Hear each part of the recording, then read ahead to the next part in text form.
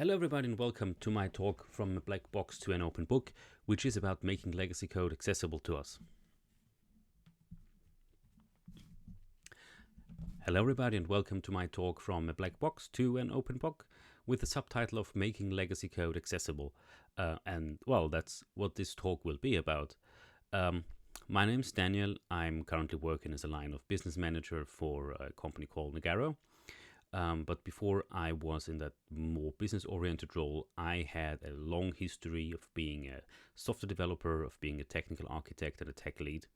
And this is what this talk is focusing about, my experiences on working with legacy code and how as developers or testers or teams being confronted with pre-existing code that we don't understand, how we can make that more accessible to us and make it more changeable for us.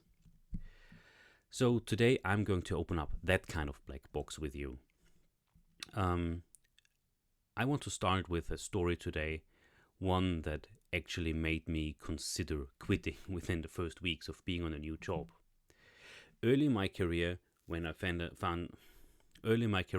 landed my first kind of real programming job, I was going to be a maintenance developer for a product called the UC4 automation engine.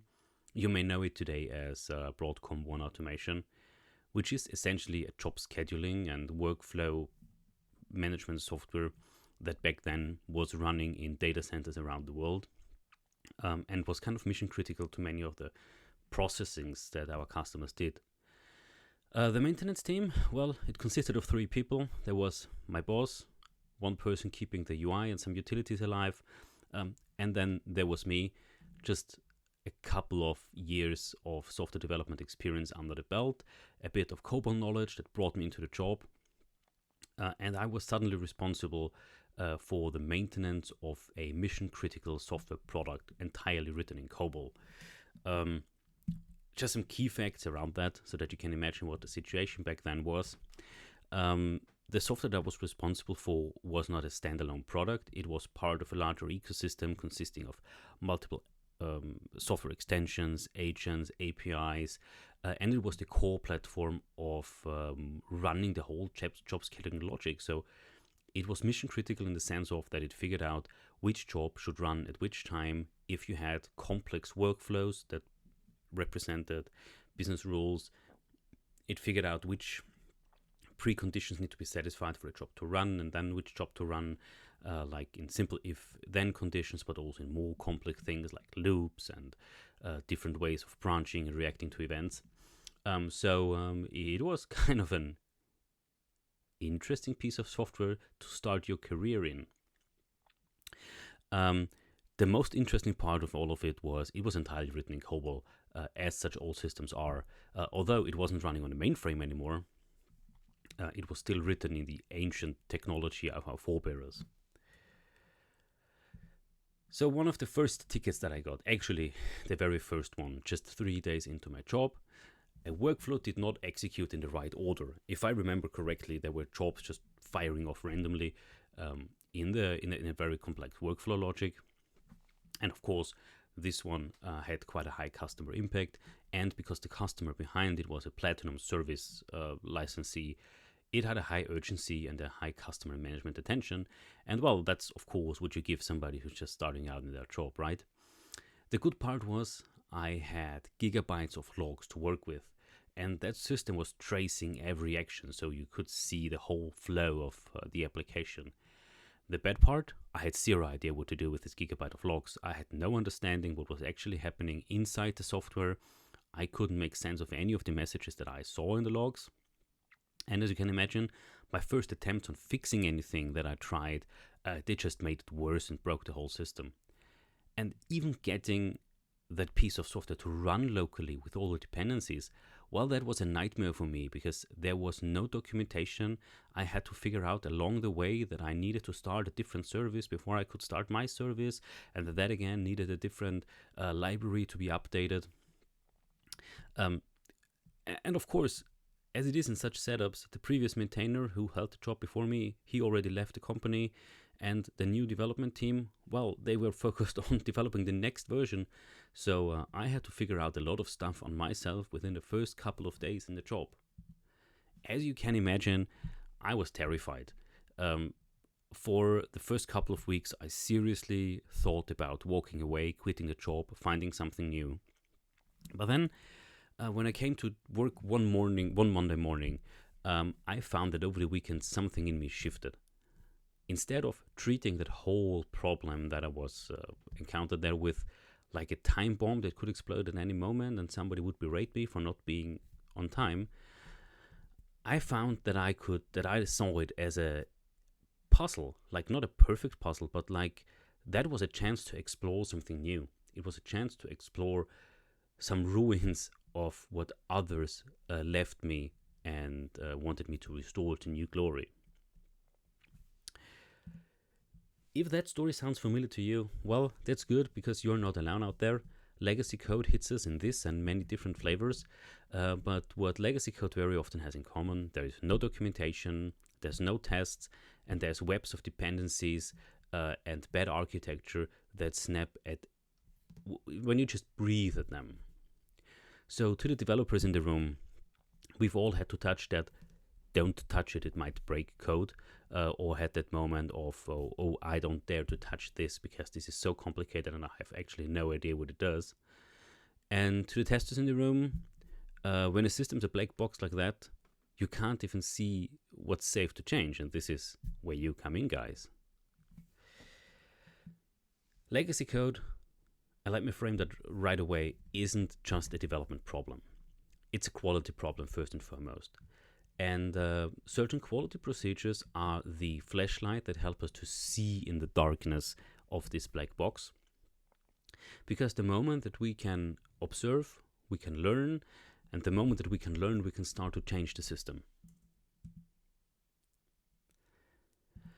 So here's what we're going through in my talk.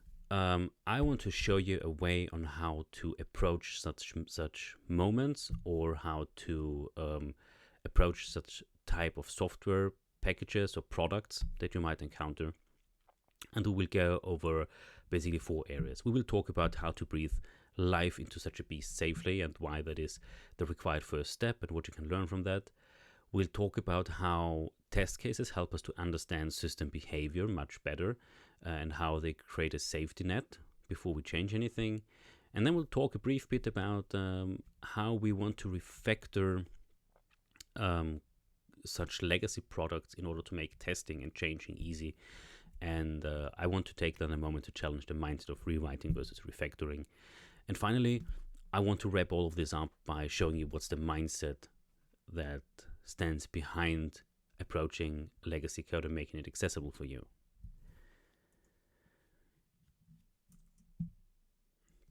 So let's start at the only point where we can start such a project, getting the monster to life. Once you've stared at the black box, keep in mind the first step isn't heroics. It's not take out your Swiss pocket knife or your glowing sword and hack at it.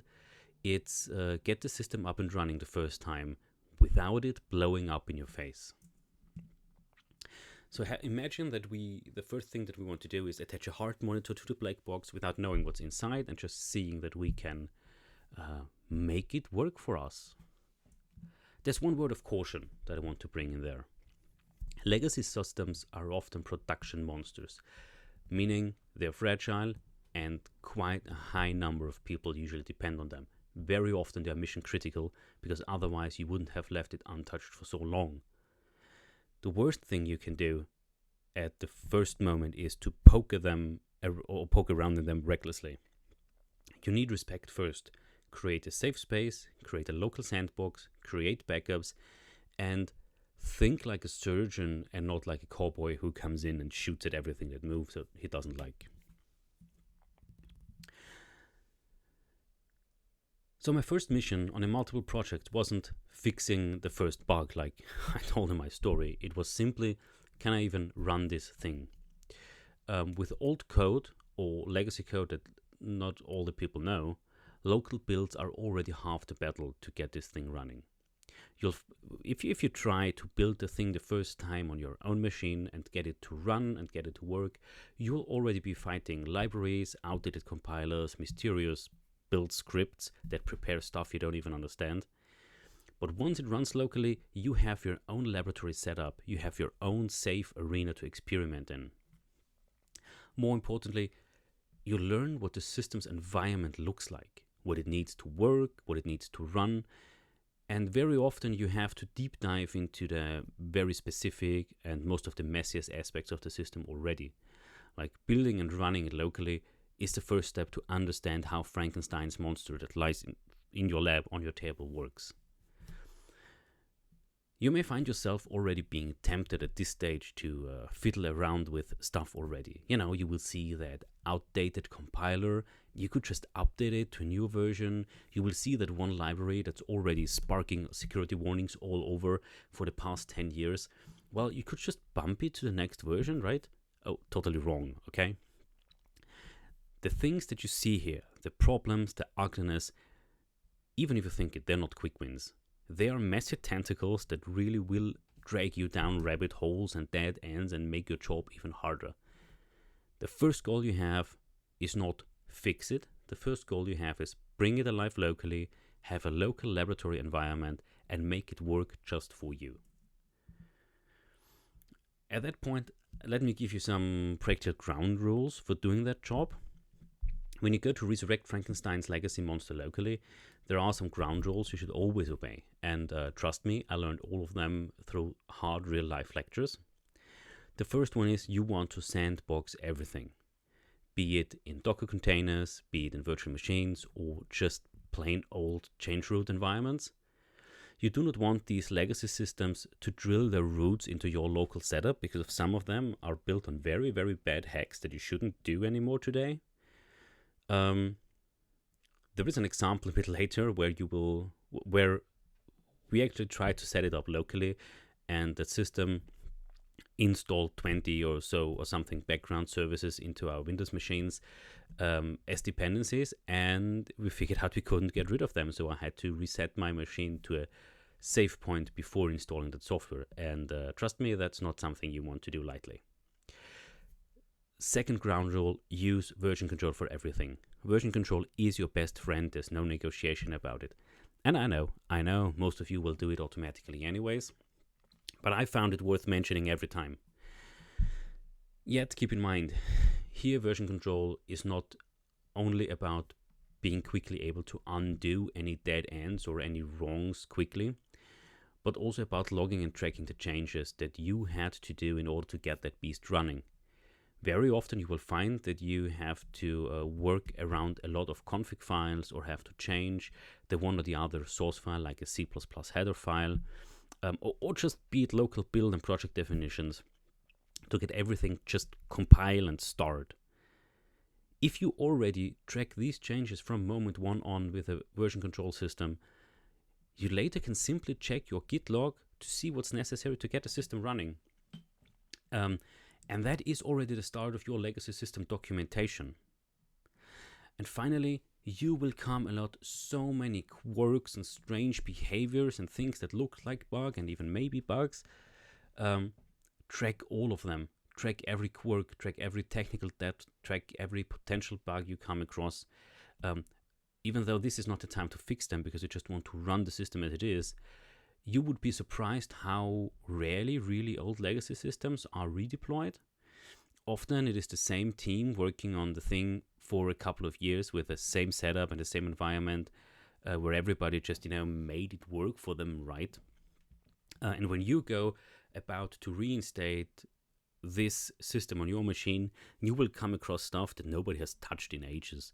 Like this one build script that everybody has their own version of how it needs to be set up in the environment variables or something. And people just become accustomed to all these workarounds. So write down every single quirk, every single change you have to make to the existing project. And while this is not the time for triage as well, it's the perfect time to start building your understanding and your technical debt backlog. Once you're done, you can discuss this with a product owner or product manager or technical lead, and then discuss how to proceed with the findings. Maybe you found something that's worth fixing there already. Now, next step. You have your local system running. Next step is to build that whole thing into a CI pipeline. The CI pipeline is your best friend. It gives you fast feedback and tells you quickly whether any of the builds or conditions failed. And even if you only start with a small set of tests that are already pre-existing, with a CI pipeline, you turned fear of breaking something into visibility, because suddenly every change you make is no longer a gamble, but it becomes observable. So what you do is you take everything you learned when building locally and then automate it. Build these scripts that are required and make it repeatable. You want to end up with a build script that you run and it builds the whole system.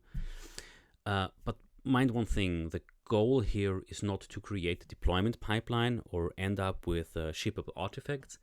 The goal is to run the build and any additional analysis tools, and later on you will run tests as well, reliably and reproducible.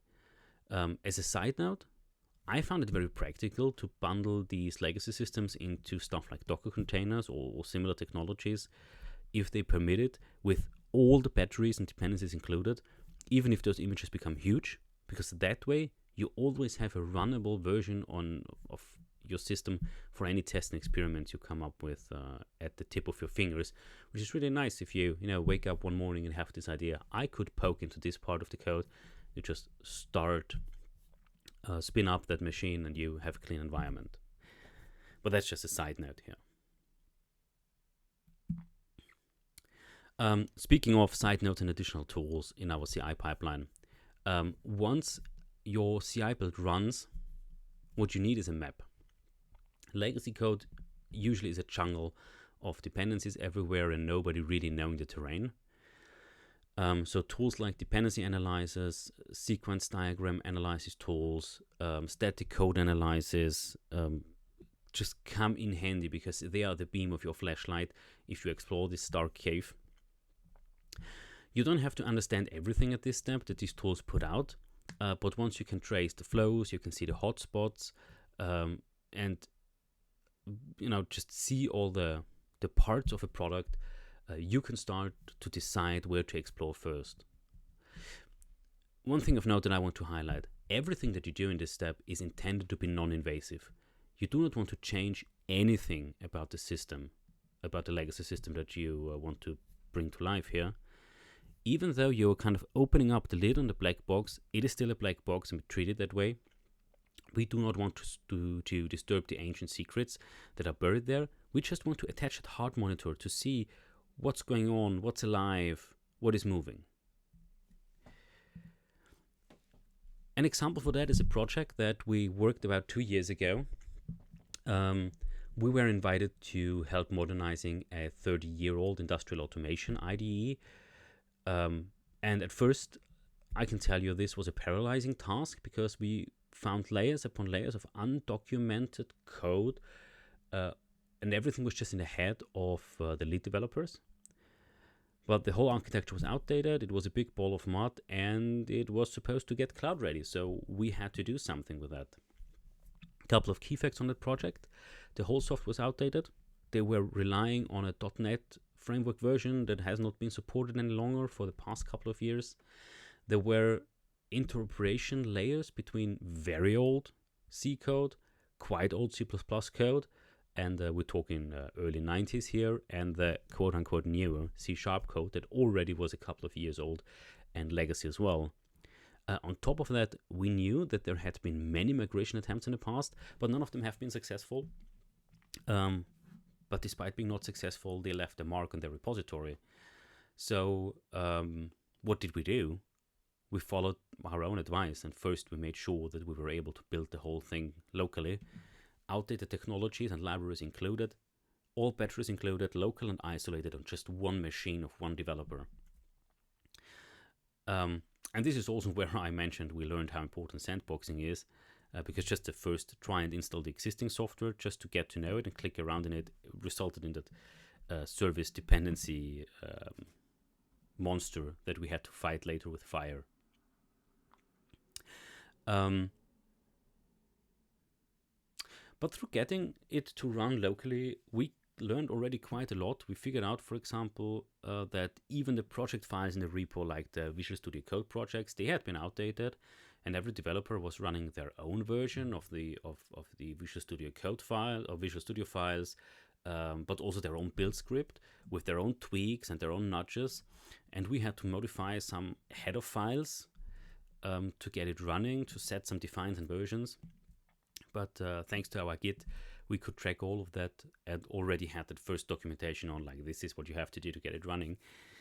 Which, by the way, that was a document they didn't have. They didn't have this, oh, here's the handbook, this is how you install it, this is how you get it running, because their team has been stable for the past 7 years, so everybody just knew how to do it, and we were the new guys and had to figure that out. But once we had that monster building locally on just really one machine, we put a CI pipeline around it. We instrumentalized the code with static code analysis and some additional analytics. And the curious thing was, once we had that CI pipeline going, we could onboard a whole team to investigate the software and dig into the archaeological findings here. We had a standardized setup, and everyone was not working in their own laboratory, but in a shared research space, which kind of sped up our work immensely. I want to share some visuals with you on what this stage of opening the black box can result in and how that brings about clarity. In that industrial automation IDE, the breakthrough for us came when we visualized the dependencies. Suddenly, what we thought spaghetti code and a big ball of muddy mess became an understandable network of different parts and modules in the software. And that map then became our foundation for any testing strategies and later for the safe refactorings that we were approaching. We didn't only visualize the dependencies though. We also compared sizes of different modules to understand what the bulk of the application is, where the most code is, where the most complexity is. And that was kind of prying open the box and taking a look inside it with a flashlight. Now, as you can see, we had a clear picture of the structure that was hiding in the system, and we shone a light on it for the first time. But we didn't stop there. We also started to build our backlog of technical debt and assigned different findings, sometimes manual, sometimes automated, to the modules that we found in the box. That way we could already tell where the bad code parts are and where the newer and more improved code parts were. So once you get your monster breathing, the next question is, how do we really understand what it does? And this is where tests come in.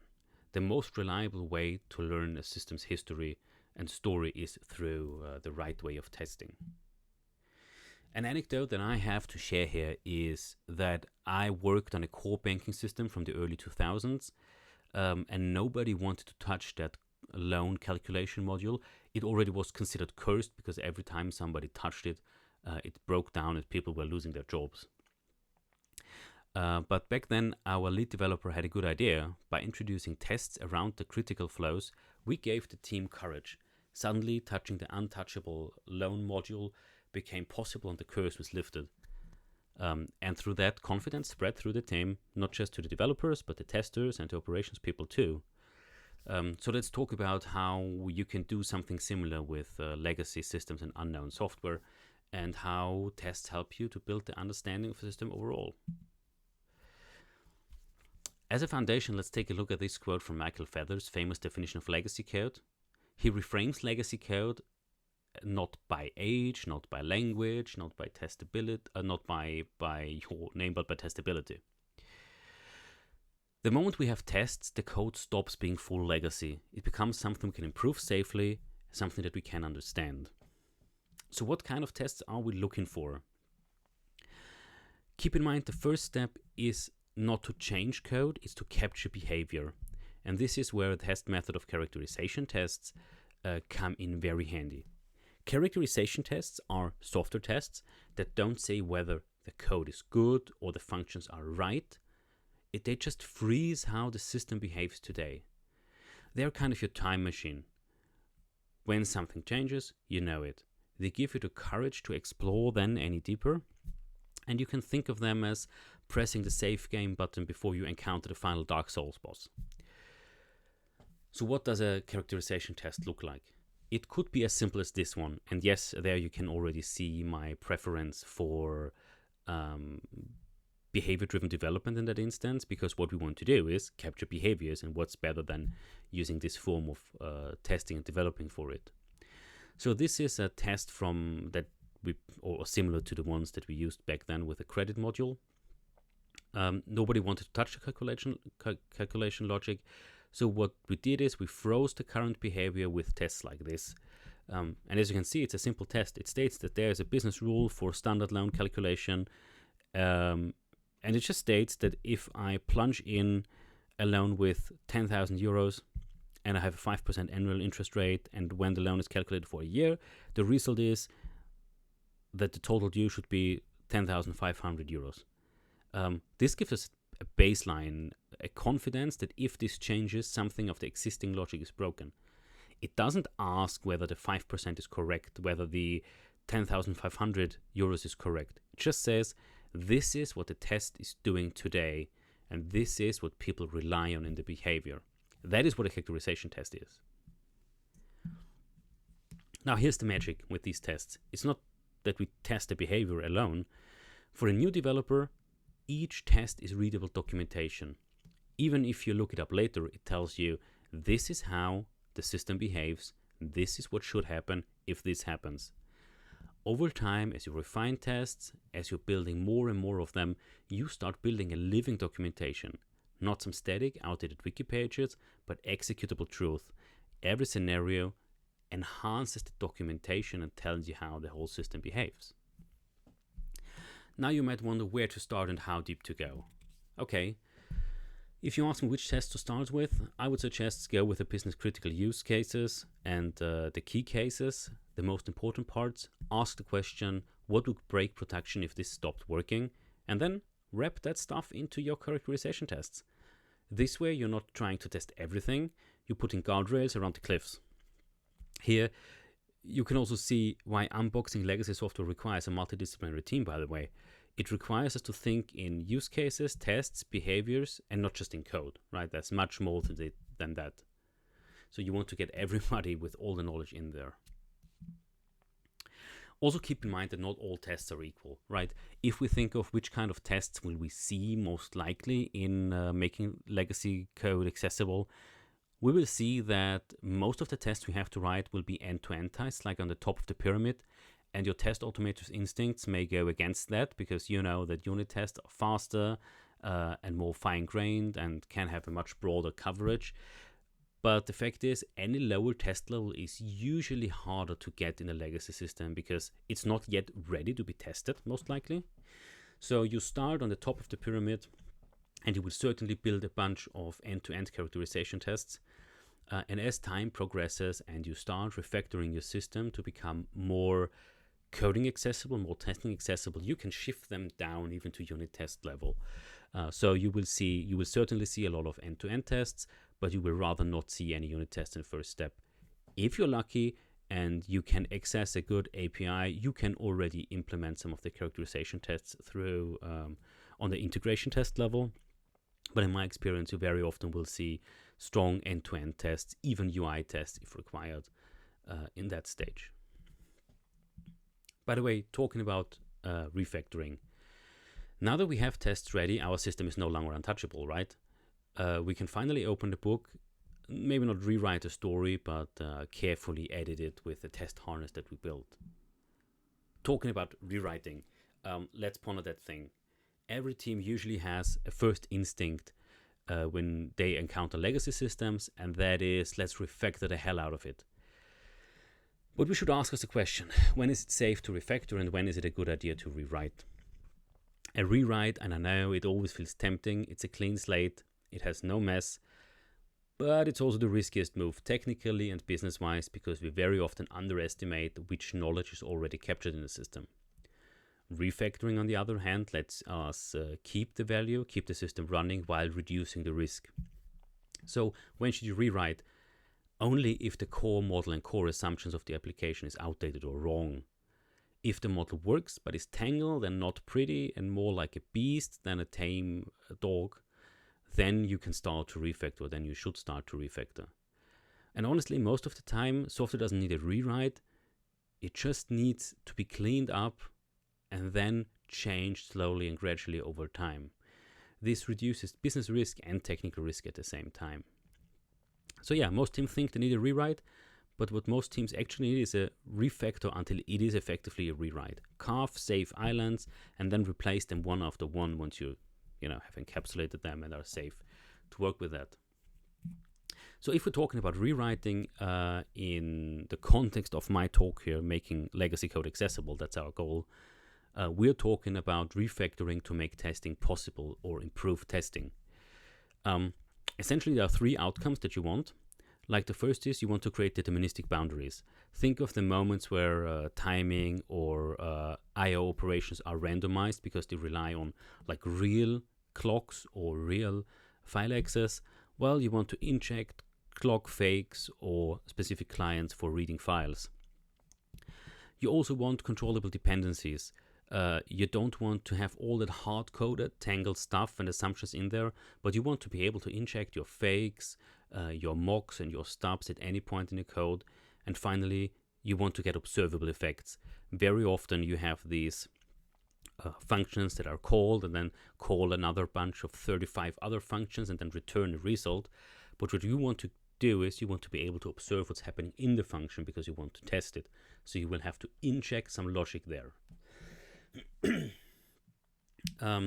There are the four most common refactoring patterns that I found to make legacy code testable, and I'm not going to go too deep in here because that would be a talk in itself, and maybe I will prepare it one day. But these refactoring patterns, they're not about beauty, they're about establishing control. Once you understood them, you will start to spot the seams or the potential seams everywhere. The first one that's coming up very often is simple dependency breaking. It's like you take out your scissors and you cut the hardwired global dependencies and replace them with fine seams. This is like if you have a file access, what you do is instead of using a file reader directly, you take the file reader, turn it into an interface, and then call that interface. And at that point, you can swap out the actual file access with fakes, for example, and this makes code more controllable in the tests. Another pattern that I found very useful is extract and override calls. That means you have a call to a function and you move that call into a method, and then you can control that method. You can create a seam without needing any large rewrites, but what you can actually do is add logging around it, do something with the parameters that are passed without changing the call to the method itself. Adapt parameters are another very important part. It's kind of the inverse to extract and override calls. It means like you call a function with a specific set of parameters, like you have a function that adds variables a and b, and what you do is instead of passing a and b, you wrap a and b in a small value or context object, and then you can sneak in collaborators or test doubles at this stage, so you can intercept the parameters that are passed to a function and then build on that in tests. And the last one that you will see very often is called subclass and override, which is simple. You have a class, and of course it only works in object-oriented languages, but it simply works by taking a class that is used in the code, you subclass it, you introduce the behavior that you need or safeguard dangerous parts, and then use the subclass instead of the original class that just uses the principles of object-oriented programming. This shouldn't be a default, but it's a temporary but can be a very useful crutch to also sneak in different collaborators and observables. So regardless of which refactoring patterns you apply, you don't do any of these refactorings blindly. You introduce tools that help you, like static code analysis, that helps you identify hotspots. You want to measure code coverages to figure out how good is my coverage already, how safe is it to change anything, or you even want to introduce call or dependency graph visualizers to figure out like how is the call structure of the code now, and did it change or didn't it change. Talking about coverage, I would suggest you don't chase 100% coverage. You should rather chase confidence where it matters the most, right? You should reward any positive change in the code metrics or technical depth instead of just focusing on getting coverage or refactoring everything. You want to increase code quality and testability, not reach perfection. That's something I can't overemphasize here, because this is about learning about the system by improving small parts of it without changing its overall behavior. This is why we built that whole characterization test harness in the first place. So if we start doing our refactorings and making the code more testable, more accessible to us, we gain more knowledge and power over the code. Every seam that we add, every dependency we break, that's another page in an open book for us. And eventually refactoring is not a spa day for the code, right? It's surgery to enable testing and let quality scale in a legacy product. And that's how that black box that we have becomes an open book, and not an open book, but annotated with bookmarks and reading signs. So now we got a monster briefing, we got tests, we essentially have it accessible at that point because we're changing code. So let me talk a bit about the mindset that comes with approaching legacy code. And let me start it with a short story again, right? A while ago, about a year ago, I took over a not so open source project tool from the role-playing community, playing a game called The Dark Eye. It's a pen and paper role-playing game. Yes, I'm a nerd, accepted. And the tool is called the Dark 8. It's a really cool tool, but it's built upon the knowledge of 50 or 60 published rule books, and it captures all of that into a software. The bad part was the original developer withdrew from the project for personal reasons and left a legacy software that is highly complex, that contains factories that build factories that build factories that finally do something. And several developers had tried to give it a shot and revive the project, but eventually they took a look at the code and 90% of them dropped out on seeing just the complexity and the volume of factory level nesting involved. They were actually terrified of the source code, which is understandable.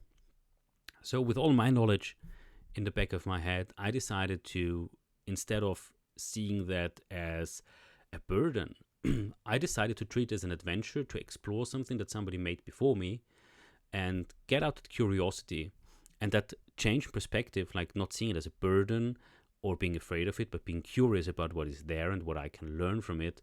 That perspective made all the difference. What scared others became my inspiration for continuing work.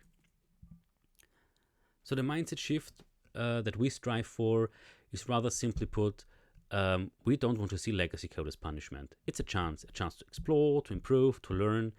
And when we swap fear for curiosity and tearing down what exists for respect what people built before us, we have a good chance to leave things better than we found them. So to the testers in the room, your role is vital here. Every test that you build is a map. You're charting the territory that the next explorer doesn't stumble into the swamp holes and dark places. You make visible how a system works when dealing with legacy code. And to the developers in the room, your job is to make quality sustainable. Change becomes safe if you do the right refactorings, and then we can build on a solid ground instead of quicksand. And that's everybody, that's the journey. Legacy code doesn't need to stay a black box forever, and you don't need to be afraid of it. With respect, with tests, with refactoring, you can open it up. And what was once a mystery becomes a book that we can all read, learn from, and keep writing together. Thank you everybody for watching in here and listening in here to me. If you have any thoughts or any experiences, please leave that down in the comments. If you have any questions as well, I'm quite open to discuss that whole idea. And I would be thrilled if there's anybody out there who wants to discuss the idea of how I approach legacy code, and I'm curious to hear how you approach legacy code. Thank you very much, everybody. I wish you a great day, and don't be afraid of the legacy code.